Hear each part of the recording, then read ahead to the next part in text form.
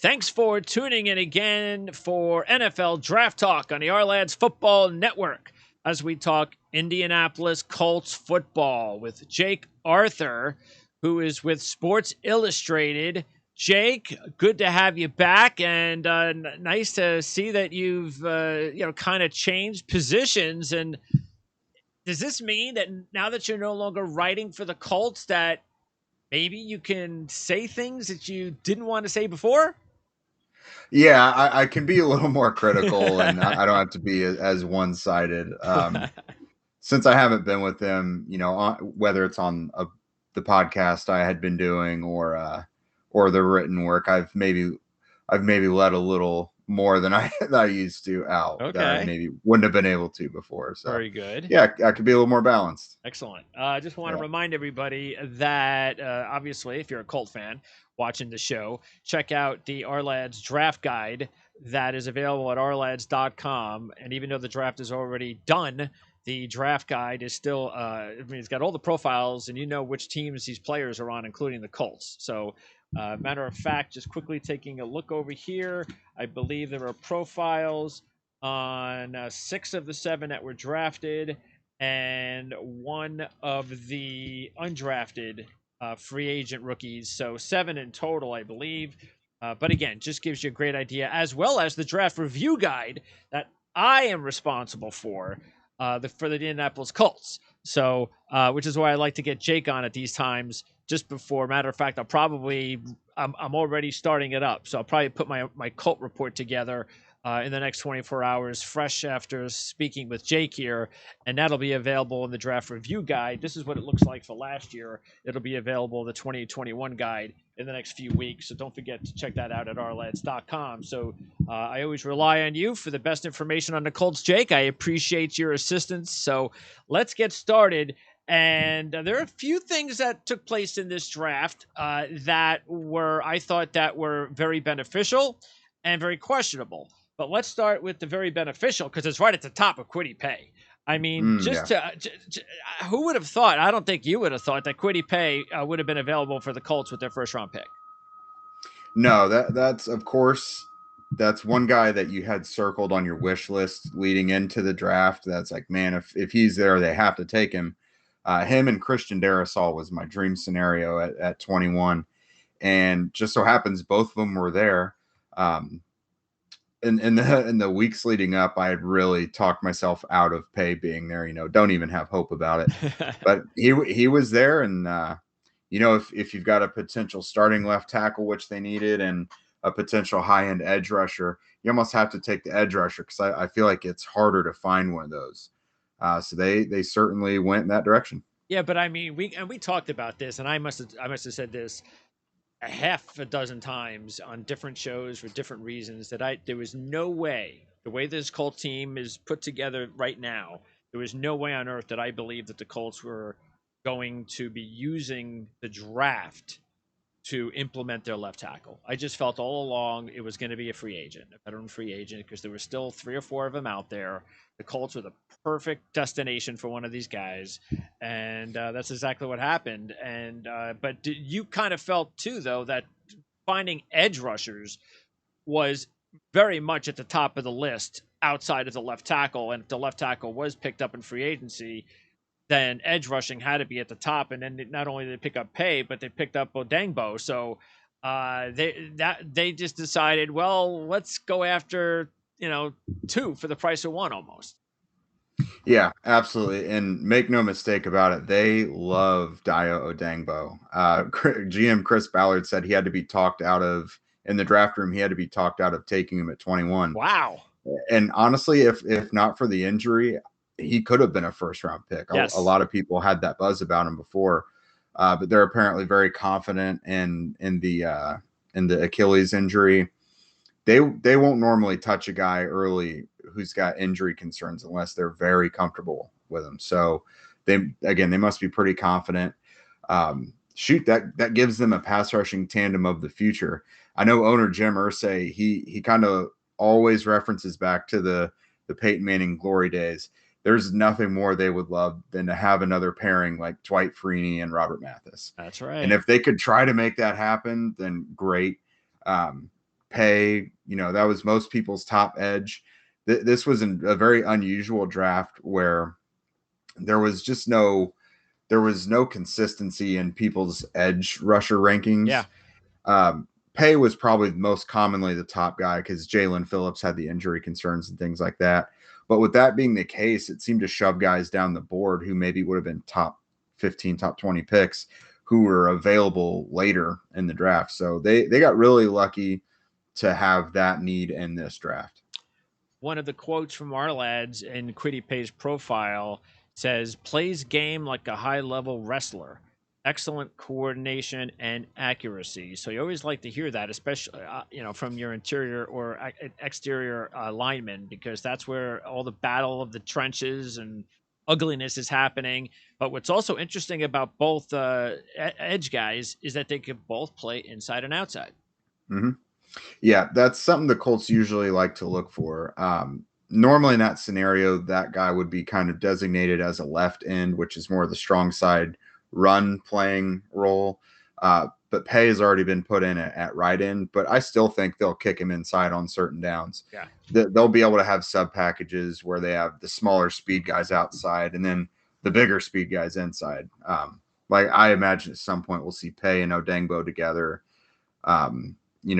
Buckner in there as well. So they like that. They like to get these bigger college edges who can play defensive tackle inside because they don't need their defensive tackles to be very big, and especially if they're only using them in sub packages.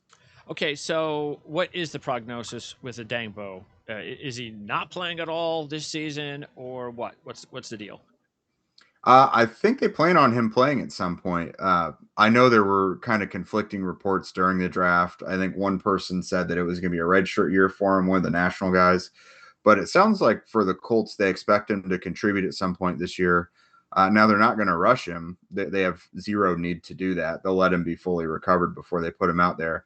So that may mean that he starts the year on the physically unable to perform list or something along those lines. One of the reserve lists, which is probably what's going to happen unless he's one of those kids that just heals really quickly. But no, I think at some point he'll be out there this year. It's interesting that you bring up Freeney because that's exactly what I wrote in the guide. I said something because I talked about the need, obviously, for the franchise to add some edge rushers in the first round, and I said it's maybe it is time to use a first round pick here.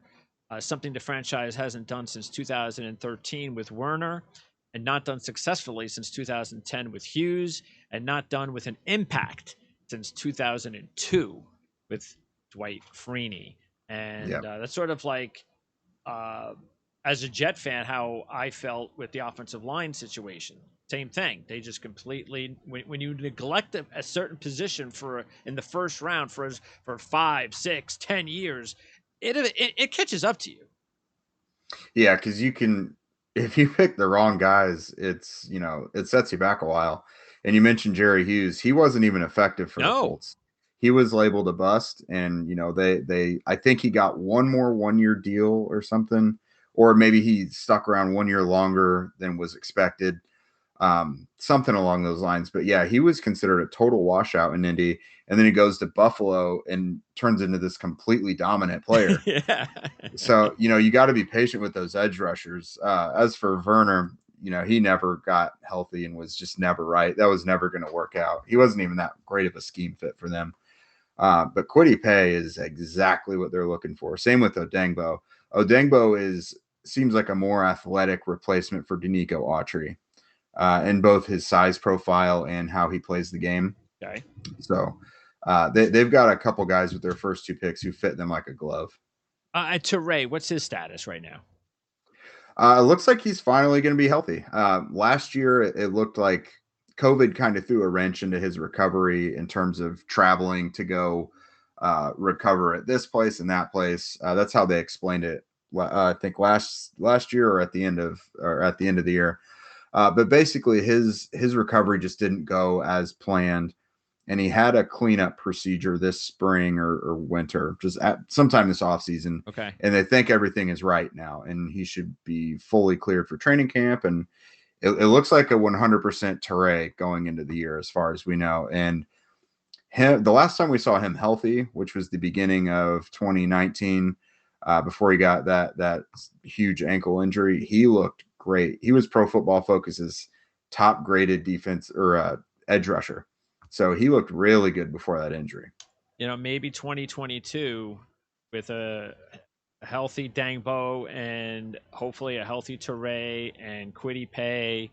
Now you're talking. Yeah, being able to throw that fastball as a designated pass rusher with Teray would be really something. I'm kind of picturing DeForest Buckner and Odengbo inside on certain downs with Pay and Teray on the outside as Yeah. kind of a NASCAR package, and There you go. that's unreal. If that works out and all those guys are healthy, that's nice. Let's stick on defense first because there was just one other player on defense chosen, and that was Sean Davis in round 5. Talk a little bit about where you think Davis fits in. Looks like he's definitely going to be a special teams guy first early on in his career, but also seems to be a bit of a gambler. Where do you think he fits? Yeah, so he's kind of your classic big hitting safety that keeps things in front of him. Not a huge rangy downfield guy, more of kind of a box defender who you're not going to want him chasing guys. We want him keeping things in front of him in the front half of the defense.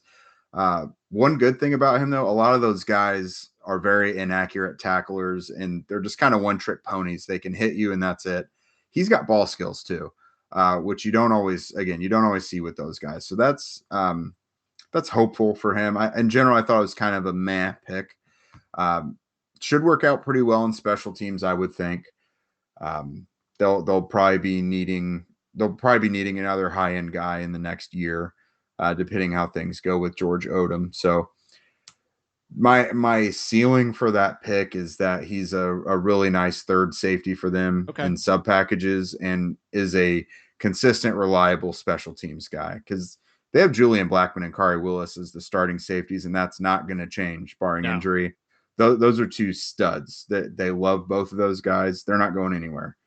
So defensively, Davis probably isn't going to crack more than a third safety, but they want a guy like that.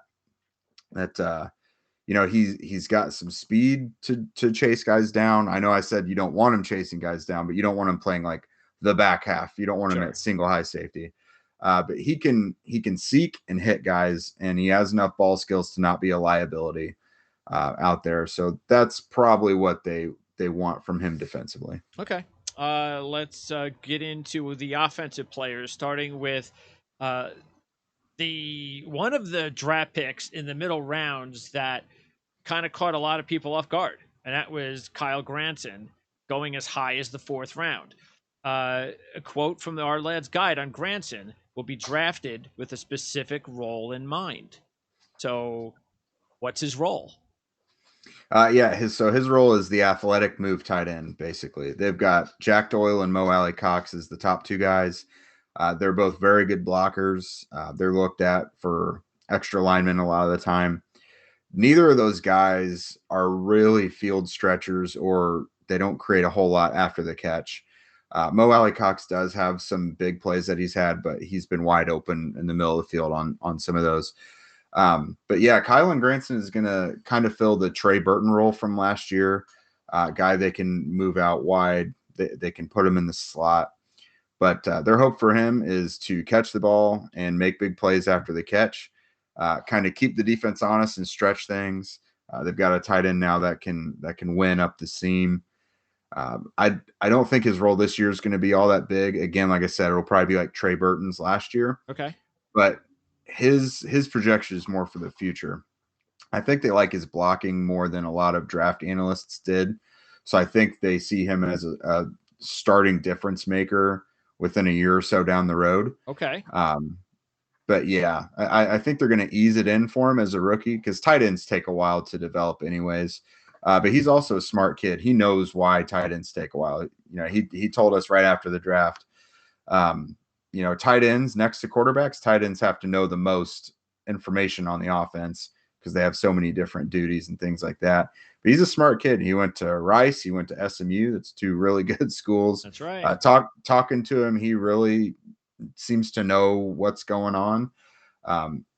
he's athletically their best playmaking tight end, it would seem, in terms of potential. So I think he's going to carve out a role quickly, and then by year or two, he should have a more significant role. Okay. Definitely.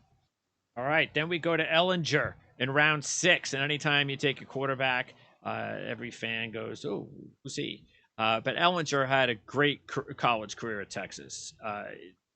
He may not come across, of course. I mean, he's not Vince Young, Texas. We know that. Mm-hmm. But uh, he was there for 4 years, 4 year starter, been in a lot of big games, and is not going to bring the athleticism or the arm strength to the NFL. But what he is going to bring is he's got the top intangibles.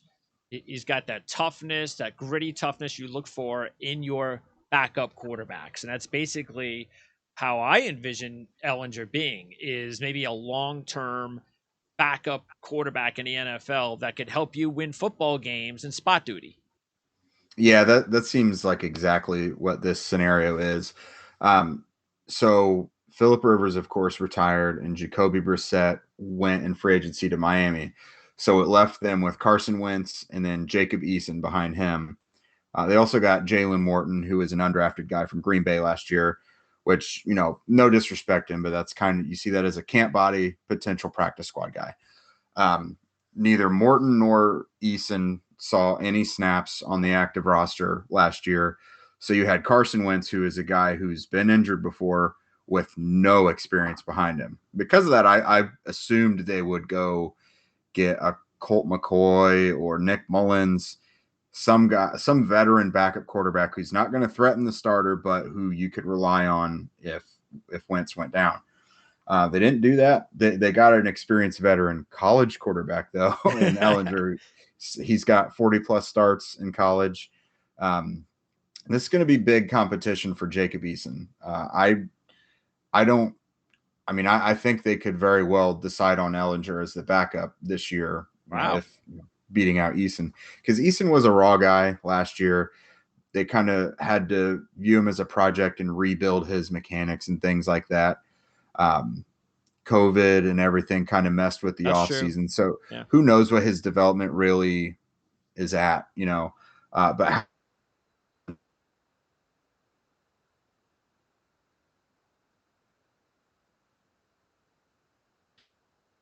We lost you there for a second, Jake.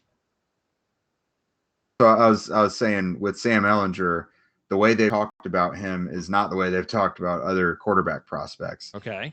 They threw out the phrase, I don't know what it is, but he's got it. And that's not coming from Frank Reich and Chris Ballard. That's high praise like that is not something they just give out. So they really, really like him. I've also said before on podcasts, if Wentz did get hurt and they had Eason and Ellinger on the roster, I think they would have an easier time quickly creating a game plan in a week for Ellinger than they would Eason. Ellinger's got that mobility.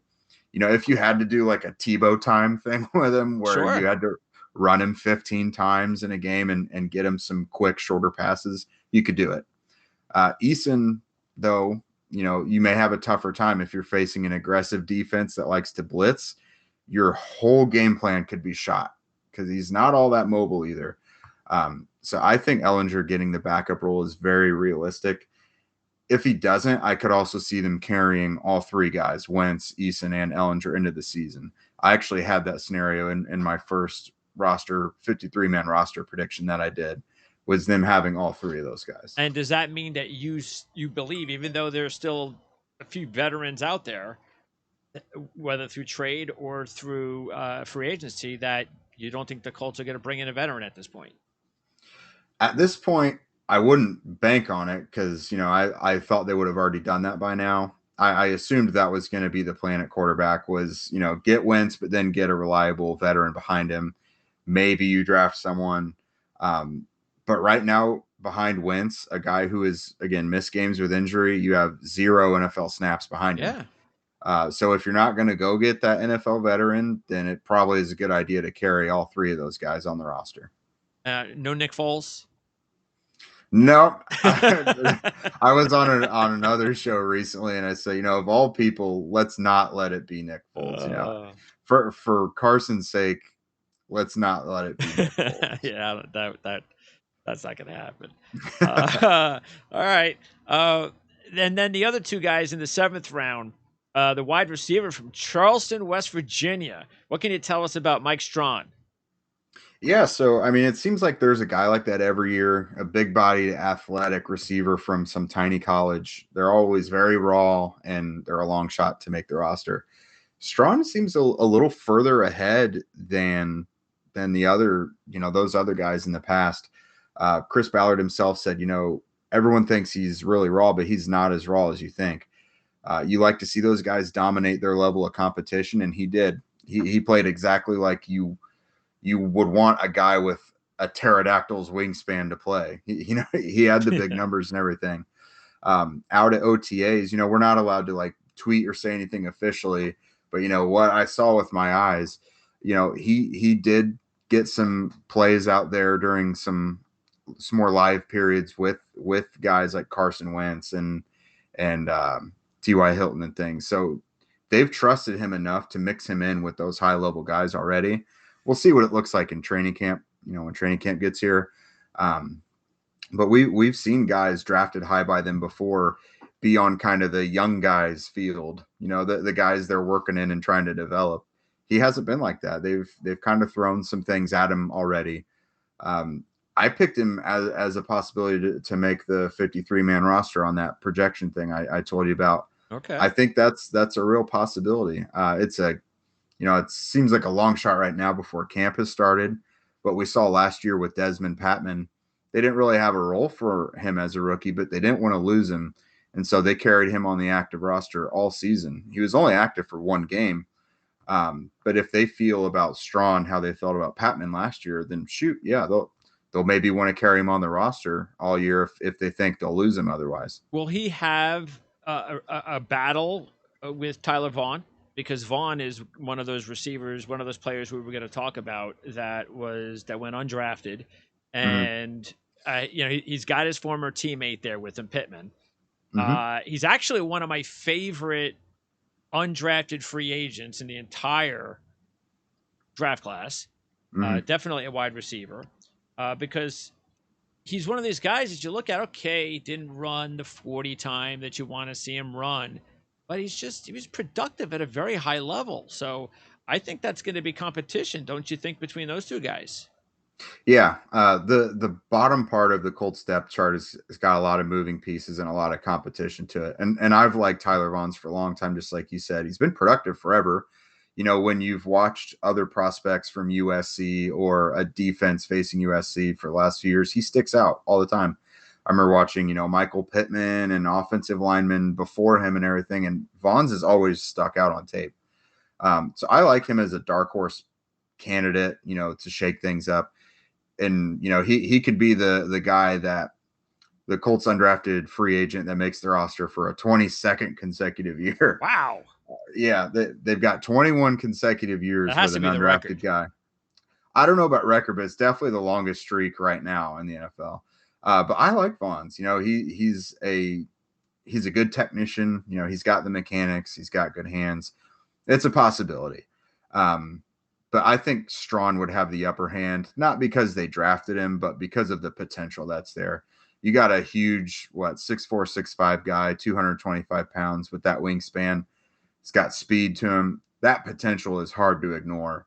Vaughn's is probably safe. He's probably got a higher floor, but he's got a lower ceiling too. Yeah. But I would put his chances above. You got Tariq Black is a popular name, an undrafted guy they got. They've got some veterans on there, J.J. Nelson, Courtney Davis, Gary Jennings. The Colts like to go with the younger guys versus the veterans. But, there's also some guys like DeMichael Harris and Ashton Doolin and Desmond Patman at the bottom, competing for those last one or two roster spots at receiver. That's kind of a tall order. They've got a deep group of receivers. So this may not be the year that, this may not be a great year for Vaughn's to try and crack the roster, but ordinarily I would have given him a decent chance. I was actually surprised that the one thing they did not do this offseason and then in the draft was find that next speed guy. Mhm. Were you surprised that they didn't add, a speed element type of skill position player to the roster? I thought they might. I thought that was going to be one of their focuses in free agency, and it might have been. They just, might have got outpriced. I felt like Nelson Aguilar, for example, was a perfect fit. Familiarity with Carson Wentz. He's known for the deep ball. He is a good teammate and leader, so I thought he was going to fit them really well. I didn't think they needed a guy to be like the number one or number two receiver. They just needed that deep ball guy. Yes. They've had that in Marcus Johnson the past couple years, but he went to, I think, Tennessee. So I did think that was going to be something they looked for. But, maybe they still like T.Y. Hilton to do that. Paris Campbell is very fast. Paris Campbell. He's been, I mean, aside from being hurt, that's not been how they've used him, though, is with the deep ball. They've used him a lot of yards after the catch type stuff. Okay. But yeah, they could certainly do that with Campbell. Hilton is probably faster than a lot of defensive backs still. They've got guys to do it, but I thought that would be like you. I was a little bit surprised they didn't come away with that, like, no doubt home run hitter. All right. The other player drafted, the final player drafted was Will Fries out of Penn State, who actually is one of my offensive line sleepers in the draft. I think this guy's got one of those I see these offensive linemen that get drafted late every year. They don't even get drafted, and they become starters, role players. It happens all the time on the offensive line, and I think this fits this kid because he's big, he's physical, he's intense, he's experienced, he can play all over the line. He just needs a little developmental time, and I think the Colts, knowing that how good their offensive line is, but they obviously need that next wave to come through, and I think he might be somebody to look out for in the next couple of years. Absolutely. To get him in the 7th round, there's nothing for Colts fans not to love about that pick. He could have gone as early as the 4th or 5th round. Experienced again. That's another guy who's played 40. He started 40 games. He started at 4 of the 5 spots, I think. Everything but center. I think the Colts haven't projected to move inside, but for Colts fans that missed Joe Haig, you love getting a Will Fries, for example, a guy who could, if you just give him a week or so, you could plug him into any of the 5 spots if you needed to. I think he's going to make the roster. His versatility and experience, he's got adequate size and strength and mobility and things like that. To get him in the 7th is such a steal. It's not sexy. We're talking about a backup offensive lineman, but to get a guy of that caliber in the 7th round, that's you make that pick every time if you're the Colts. And what happens too is when you start building a reputation in a league like the Colts have with their offensive line, all of a sudden you kind of feel like you have to maintain that level. And look, they've been very fortunate with injury situations that they haven't had a lot of it, but it's just one of those things where, like the Cowboys, they went through a long stretch recently. Last year, it exploded with injuries and all sorts of things, and they just were nowhere. They were a shell of what they used to be. But it's just one of those things, especially when you come to rely on that much strength on the offensive line. It's sort of like when you have Tom Brady on the team and then he leaves and you're spoiled. I might be going overboard. Maybe I should use Peyton Manning with the Colts as an example. You get spoiled. And I think that's what Colt fans don't want to see happen because, again, it's such a big part of their offense. Yeah, they didn't luck into that offensive line either. That was intentional. Sure, they did luck into the fact that Braden Smith wound up being their right tackle and Mark Glowinski was average and above average level right guard. But, they wanted a dominant offensive line. It was their focus. Frank Reich and Chris Ballard both believe that you can't do anything really until your offensive and defensive lines are like your strong points of the team. That's why they drafted a guard at Quentin Nelson at number 6. Yeah. They made Ryan Kelly the highest paid center when they re-signed him. Anthony Costanzo, they were very generous with him before he retired. Braden Smith is going to get a huge deal. They're working on extensions for guys like him and Darius Leonard now. But that was intentional. They did not luck into that. And I think they've wanted better depth on the line behind those starting 5 over these last couple years. So they got a guy like Danny Pinter last year. Will Fries, again, I think that's a pick they'd make every time to get Will Fries in the 7th. They're trying to upgrade their depth. And they've been making moves to do that because, they did the Colts had a lot of injuries on the line in 2018, and they did kind of luck into this starting 5 that they had, but it's because from starters to reserves, they tried to get as quality of players as possible. And that's kind of how you fall into those situations when injuries come about, is you already had good backups. That's true. And so let's say disaster strikes again this year. They want to feel like they could handle it. Yeah. And that's, it seems like they've got the right guys to do that now. They signed Sam Tevy as well at left tackle. I think they feel comfortable with him. They felt comfortable with him starting if they had to do it and didn't find another option. But luckily they found Eric Fisher. Oh, yeah. So however long Fisher's going to take to get on the field, they feel fine with having Tevy out there. They wanted to reinforce the backups, and with LaRaven Clark and Chaz Green both being replaced this year, they've upgraded their depth. So that's again, it's intentional. They do absolutely. that because they want to have a dominant line. The only thing that is not intentional, and nobody can determine whether it happens or not, are the injuries. And that's why you have to take your expertise, your goals, and then you also have to have good lady luck on your side, that you're not going to have injuries. And so far they have not, but now they have. When that happens, now it's your responsibility to go out and make sure, which they have, that in case the injuries do happen, they eventually will happen. Now we're protected just in case. So exactly, because injuries will always happen. You just have to be prepared for when they do. And then finally, the other undrafted free agents they signed, they signed another Kaufusi. Seems like a Kaufusi comes out of BYU every year. Yeah, and it's the same Kaufusi family, already confirmed. Okay. So he's got to make it on special teams, no question. And then you mentioned Black, the wide receiver, the Michigan transfer to Texas. And Deion Jackson is also somebody to keep an eye on from Duke, the running back. Yeah, because the Colts aren't afraid to keep 4 running backs on the roster. That's been Jordan Wilkins for a while, now that they have Marlon Mack as he's back in the fold. But Deion Jackson is a name that a lot of people are excited about.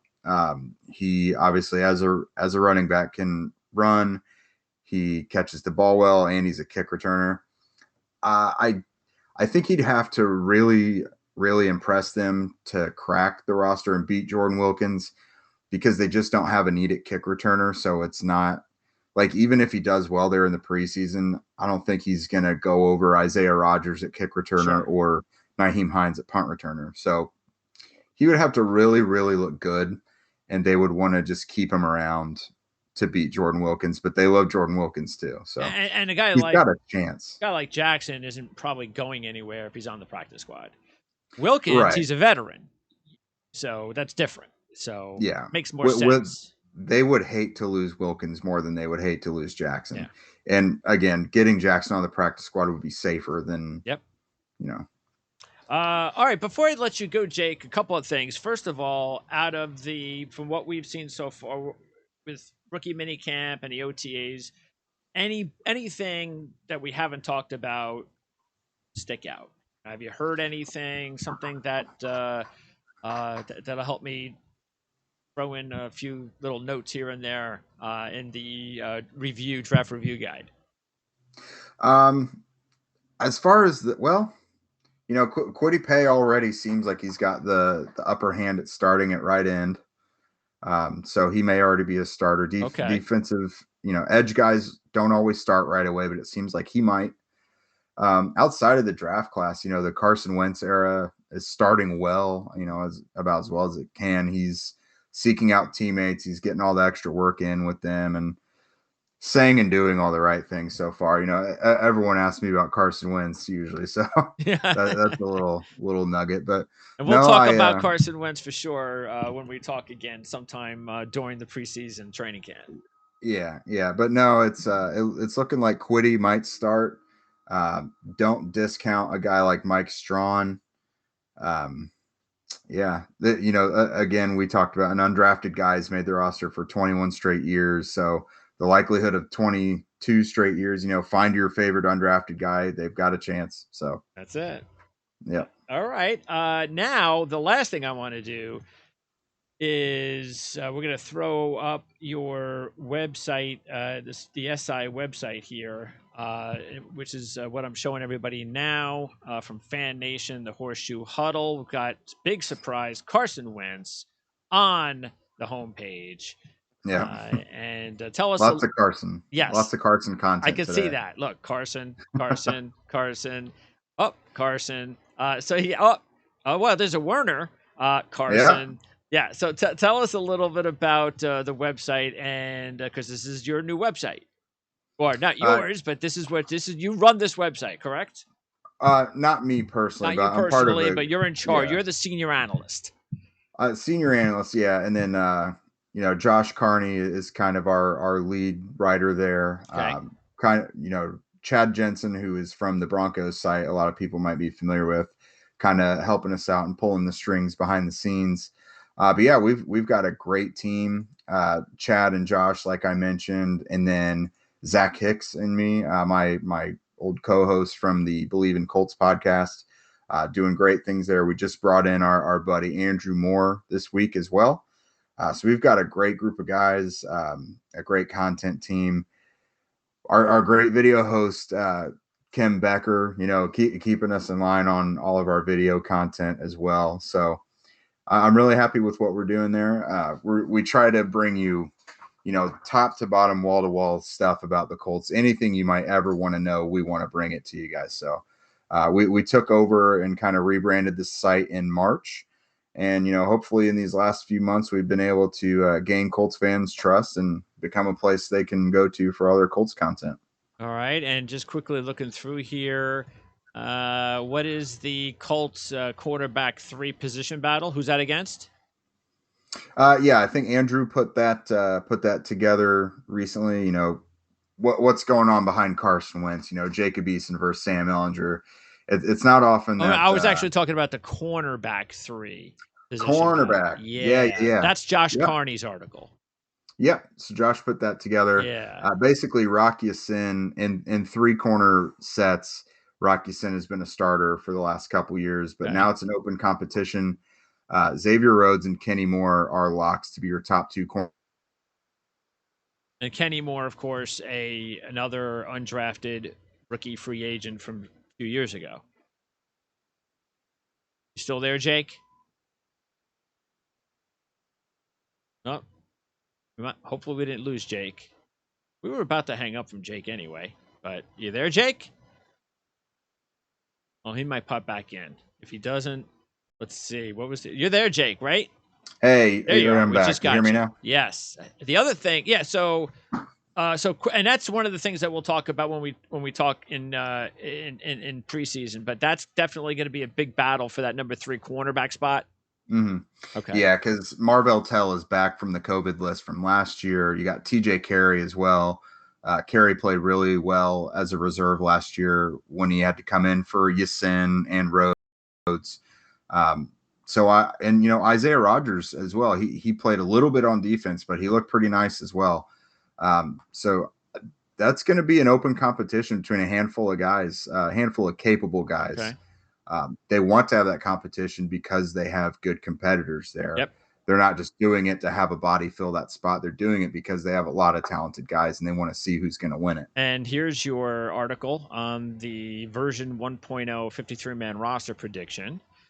And finally, this article here reminds me and all Colt fans about the unfortunate deal that sent Julio Jones inside your division. So Yeah. can't be happy about that. But and again, we'll talk more about this later on.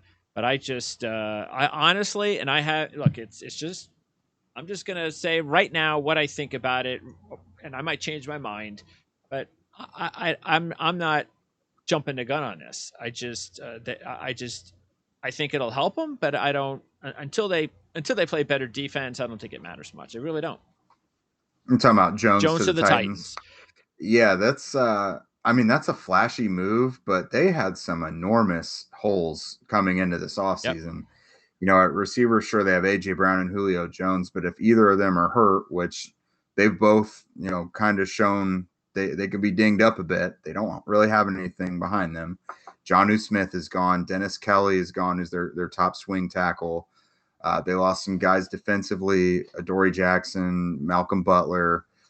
You know, they've got holes out there. Bud Dupree was like their cornerstone edge signing, but he was hurt last year. Danico Autry, it already kind of looks like they're going to play him out of position. You know, in their defense, if they're playing 3-4, he's probably better suited at defensive end. But there was a video clip of him, I think yesterday, being shown drop. You know, Mike Vrabel was showing him like how to drop into coverage and stuff. And you don't want Autry doing that, man. Like, no, it's so it looks like they might play him out of position. That defense just doesn't look like it's going to be better. Like, you have Derrick Henry and Julio Jones, two physical freaks. Cool. What happens if one of them goes down? There's only one ball, and you can have that, but it still goes through the running game. And Yeah, I agree. I don't want to discount what they've got on offense because I think they're going to have a really good Absolutely. offense. But where is the depth behind your stars? Like, if any of those guys go down, they're screwed. Now let's keep in mind that they basically swapped their tight end and their number 2 receiver for Dupree, who you mentioned.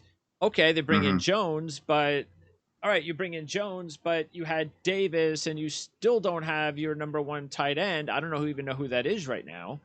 I think it's Anthony Firkser is their guy go. right now. Okay. Yeah. So yeah, I mean, I just that's why I said okay, they're going to be a little bit better on offense. They would have to be maybe, but you know, it's not like Ryan Tannehill is one of the top 10 quarterbacks in the league because he's not. So, but the defense is just that's the issue. That's the main issue because as you know, they couldn't stop the Colts last year when the Colts wanted to score on them. No, but it was a really weird season last year because each team won on the road big and killed the other team. When the Titans came to Indy and whooped the Colts, DeForest Buckner was out. They just had a lot. That whole game got unraveled. But on the other hand, the Colts went to Tennessee and smashed the Titans. If the Colts are healthy, they're a better team, I think. I agree. They're more well-rounded and don't rely as much on just a few guys. Yeah, I agree. Tennessee is a good football team. They're a playoff football team. I'm not trying to take anything away from them. My point was just, like you said, flashy. It was a nice flashy move, but I just think people might be getting a little bit carried away with that move. Like all of a sudden, we're going to move Tennessee from here up to here just instantaneously, and I just don't think that's the case. Right. I mean, look at Atlanta. They made the Super Bowl that one time, but Julio's been in the league a while. What success has Atlanta had? I mean, receivers can help get you over the hump, but are they close enough to the top of the hump for that to be what pushes them over? I don't think so. You have to have a defense. You have to. Yeah, it's gonna be a nice move for them if he stays healthy. He's obvious, in my opinion, he's the best receiver in the league still if he's healthy, and he is right now. So they have the best receiver in the league, and AJ Brown is probably top 10, awesome top 12 duo. as well. That's crazy. Yeah, so it's excellent. But when was the last time a pair of stud receivers won a team Super Bowl? Yeah, that's the thing. I mean, you know, you need receivers now more than ever. There's no question about it. It's changing, but again, you just can't do it unless you have at least a top 10 defense. You know, or defense that when you get to the postseason, you know they're going to make plays. I just don't see any of that with Tennessee. There's nothing about Tennessee's defense that spells Super Bowl championship. I don't see it. They're ready for shootouts right now is what they're ready for. All right, but hey, we got a ways to go. We haven't even hit training camp yet, so there might be injuries, trades. Who knows? There's a lot of chemistry that also comes from all these new deals and who has it and who doesn't. Schedule. But I'm stoked because the fans are going to be back, and I think it's going to be one hell of a ride this season because of that. Because we're already seeing how crazy it is with the other sports, in the playoffs, especially in hockey and some of these games I've been watching and a little bit of basketball. It's just the fans are going to go crazy when week one comes around, and I can't wait.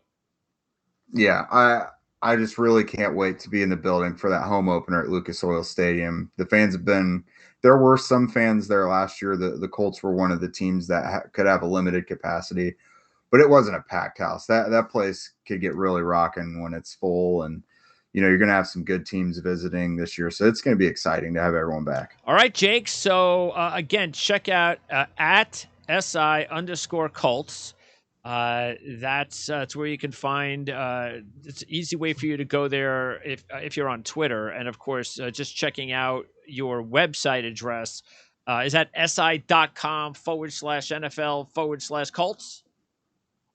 Yep. And then you could also just type in horseshoehuddle.com and that'll take you right there as well. Excellent. Jake, appreciate it as always. Yeah. Great job. We'll talk to you again before the season begins. Yeah, thanks, brother. Thanks for having me.